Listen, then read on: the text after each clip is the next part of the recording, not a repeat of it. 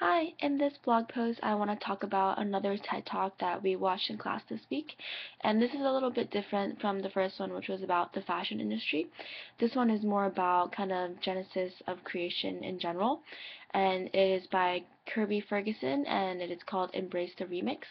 I think it focuses more on the music industry and also in the generation of creativity in general. And I think his main idea, Kirby's main idea, really comes down to if nothing is original and everything is really a remix, but does this really matter? And in my opinion, I don't think this personally matters that much as long as the remix is still somewhat novel in a sense that it is slightly different from the original idea and also provides some kind of improvement or value to the world as a whole. And I think Ferguson uses a great example of music and remixing to kind of explain this idea because he himself is a writer, a filmmaker, and a remixer. And in his talk, he kind of asks us what is a remix. And in his point of view, a remix is any piece of art that contains a recognizable reference to another work that was already created previously.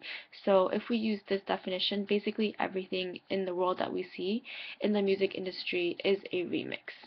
And how do we identify what an original piece is then if everything is a remix? And I think if you think about this a little bit deeper, remixing actually does take a lot of thought and is different from the original because you're picking and choosing which parts you like specifically. And I think that actually makes it novel and different from the original piece. And like Ferguson, he wants to kind of protect people who create these remixes because he believes that they are different and they shouldn't be penalized for creating remixes of music, even though it does incorporate some of the original pieces and lyrics.